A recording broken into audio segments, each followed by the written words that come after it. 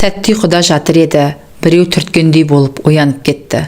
Таңның әлі ата қоймағанын сезініп, көзімді ашсам, ұйқым ашылып кетер деген оймен көрпесін қымтана түсіп, әрі қарай ұйықтай бермекші еді.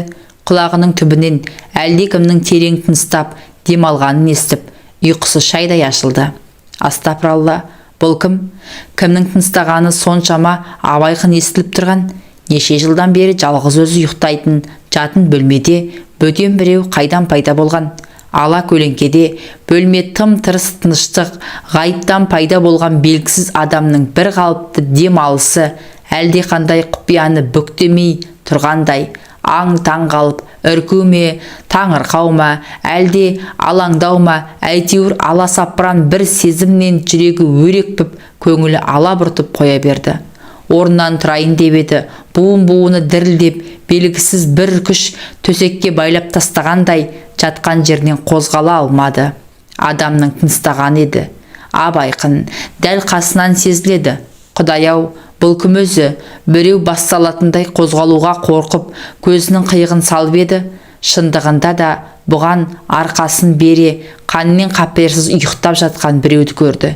Кеудесінен шығып кетердей болып тарсылдаған жүрегін күшпен басып, сәл отырды. Құдай-ау, бұл кім өзі? Келесі сәтте қалың ұйқыда жатқан одан өзіне төнер еш қатер жоғын түсініп, енді анықтап қарады да күйеуіне ұқсатты. Сол сияқты, денелі, жауырынды екен. Ең бірінші ойына келгені екеуміз ажырасып кеткен едік қой, қашан татуласып едік деген ой болды. Әрі ойлап, бері ойлап, татуласқандарын есіне түсіре алмады. Татуласпасақ, ажырасқалы бері кездескен жоқ едік. Ендеше мына жатқанына жол болсын. Қайдан, қашан келген? Үйге қалай кіріп еді өзі? Ойланып, оның үйге қашан келгенін есіне түсіре алмады. Бірақ есіне түссін түспесін, одан енді келіп кетер ештеңе жоқ. Көрместей болып кетістік деген күйеуі міне төсегінде жатыр. Сол-солақ екен, ойпырмай, енді ел жұртқа не бетімді айтамын? Дос-жаран, туған туысқандар, ажыраспаңдар дегенде көнбеп едім. Енді келіп, ұрланып төсекке жатқанымыз не? Масқарай деген ой санасын инемен шаншып өткендей, тұла бойы бір ысып, бір суынды.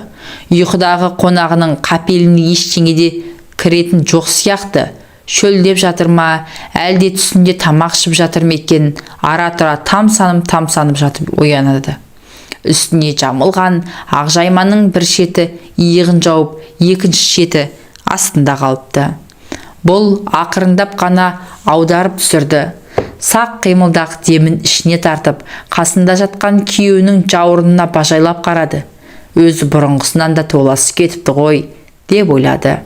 Іле ішінен екінші бір ойы, күйлі шығар, сенен ажырасып, жүдеп жадап жүр деп едің, деп өзіне қарсы дау айтты. Жүдеп жадамай, жауырынның домаланып, қоңданып алғанын іштей сәл ренжіп қалған сияқты. Тамақ сау еді байғұс. Сонысын дәл таныған біреу қолына кіргізіп ала қойған ғой. Бақытты кезімізді, балаларды қиып кетіп, ішкен тамағы бойына қалай сіңіп жүр екен? Іштегі екінші дауыс сықылықтай күлді. Жұрттың бәрі сен дейсің бе? Жан азабын татып, уайым жұтып, санаңды сан сауал сансыратқанда не таптың?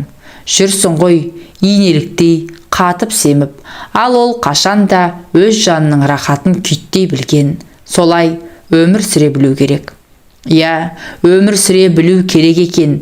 Ілуде бір жұптың басына қонған бақыт құсын қолдан шығарып алғандары сол өмір сүре білмегендіктерінен болар.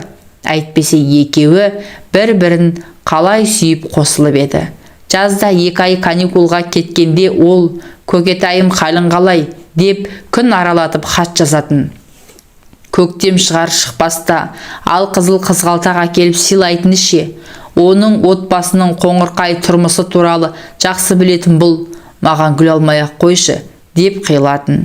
Мен сені онсыз да жақсы көрем ғой.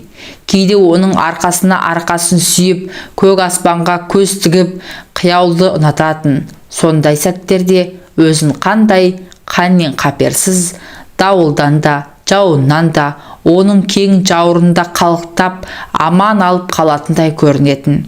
бейқам ұйықтап жатқан күйеуінің жауырыны алғашында әлде бір сезімдерге жетелеп бара жатқандай еді. Тұтқиылдан киліккен ішкі даусы ол сезімін су сепкендей басты. Неменеге үгітіп бара жатыр? Әлде ол от басының берекесін кетіргені соншалық тыныш отырып ас суларыңды іше алмай қалғандарыңды ұмытып кеттіңдер ме? Өздері тіленіп телефон шалатын арсыз әйелдердің жетегінде кеткенін, ал некеңді балаларының болашағын сол үшін құрбандыққа шалғанын қалай ұмыттың? Бойын жиып ала қойды. Қалай ұмытсын? Өмір бойы ұмытар ма сол қорлықты? Досқа күлкі, дұшпанға таба етіп кеткені ойына түсіп, қаны басына шапты. Қарашы, адалдықты аттап, дүниені бүлдіріп, мұның жарасымды жұптық өмірге деген сенімін тасталған етіп, енді түк болмағандай ұйықтап жатқанын. Қайдан келген, қалай келген, беті бүлк етпей, келген ізімен кері қайтарайын деп, оны жұлқып оятпақшы болып, қолын соза беріп еді. Сол қалпы қатты да қалды. Жатқан адам күйеуіне мүлдем ұқсамайды. Құдай-ау, бұл кім сонда? Мұндай жақындықта болатындай ешқандай танысы жоқ. Бір жатса қасында, мейлі бұрынғы болса да күйеуі ғана жату керек. Әрине сол. Арада бақандай 5 жыл өтті. Өзгерген ғой. Уақыт кімді де болса өзгертеді. 5 жыл бойы көрмеген соң әрине ұқсамайтын болып көрінеді. Бөтен біреумен төсекте жатпақ түгілі үйге кіргізуші ме еді? Ал күйеуін балалары кіргізген ғой.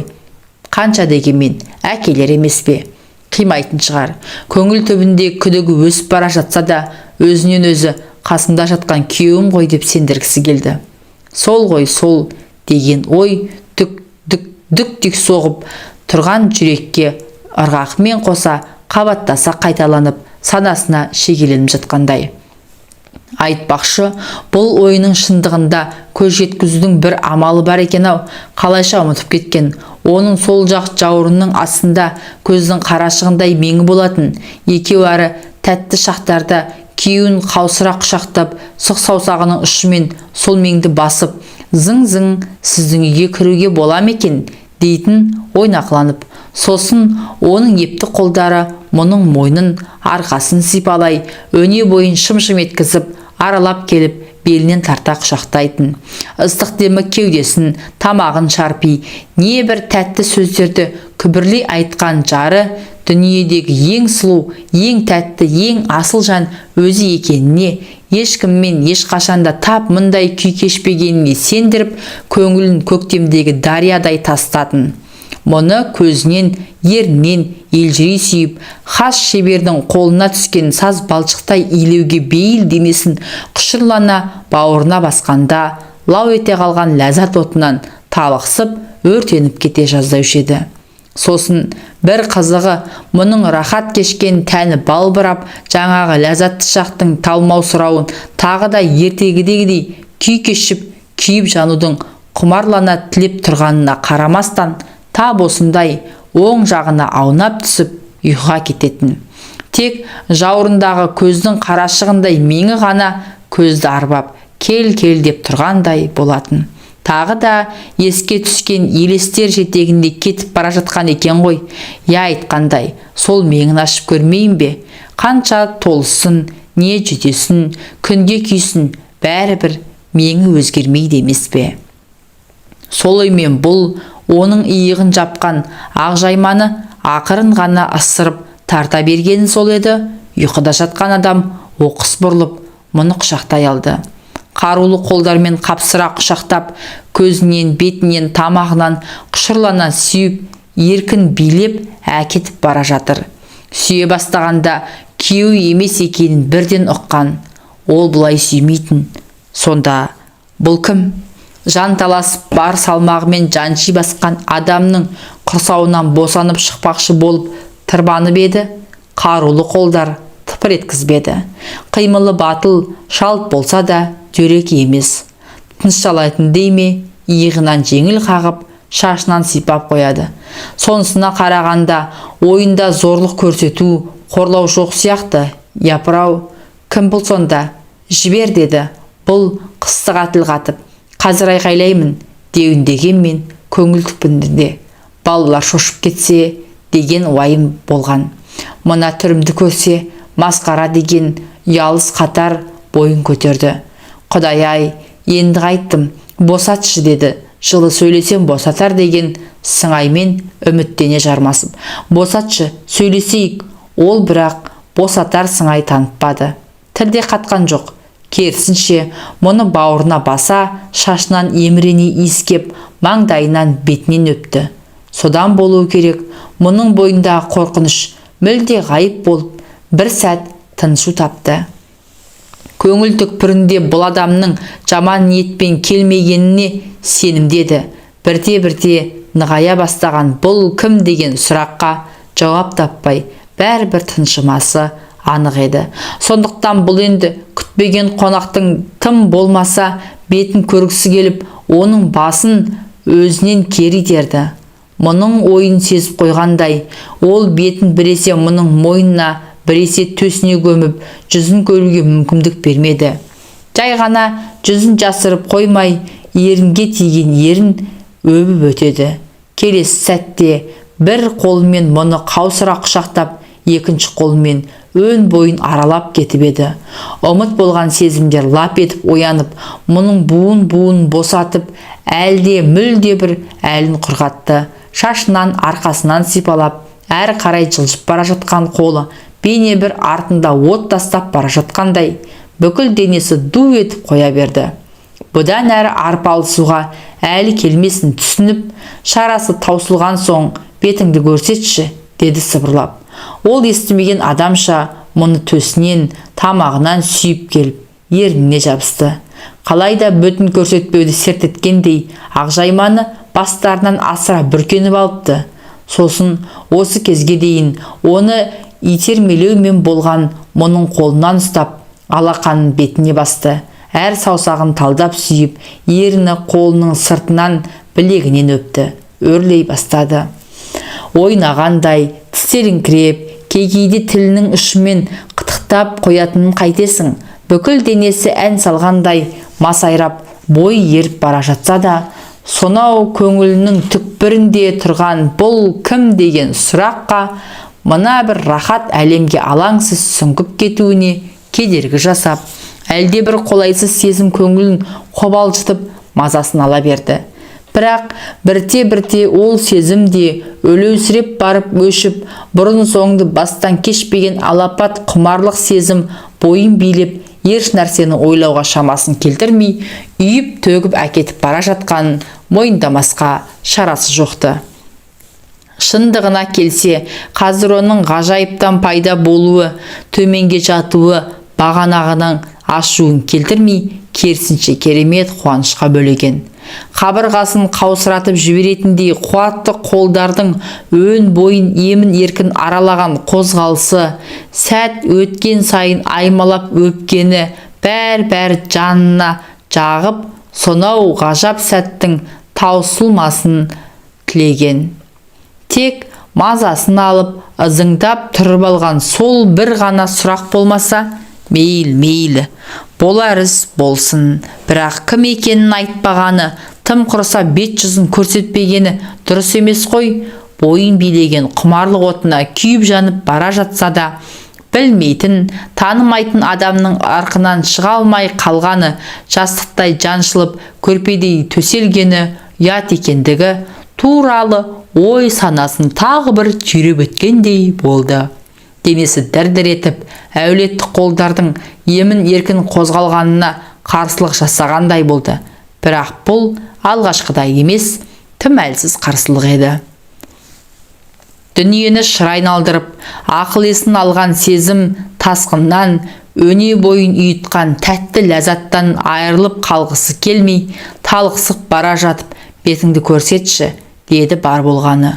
Ол тағы да естімеген сыңай танытты.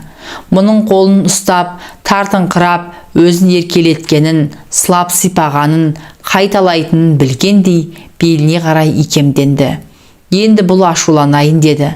Үстінен жаншылған салмақ жанына майдай жағып бара жатса да, бетін көріп қалудың оңтайлы сәті түскенін сезіп, оның басынан, құлақ тұсынан қатты ұстап жұлқи кері итерді де оянып кетті.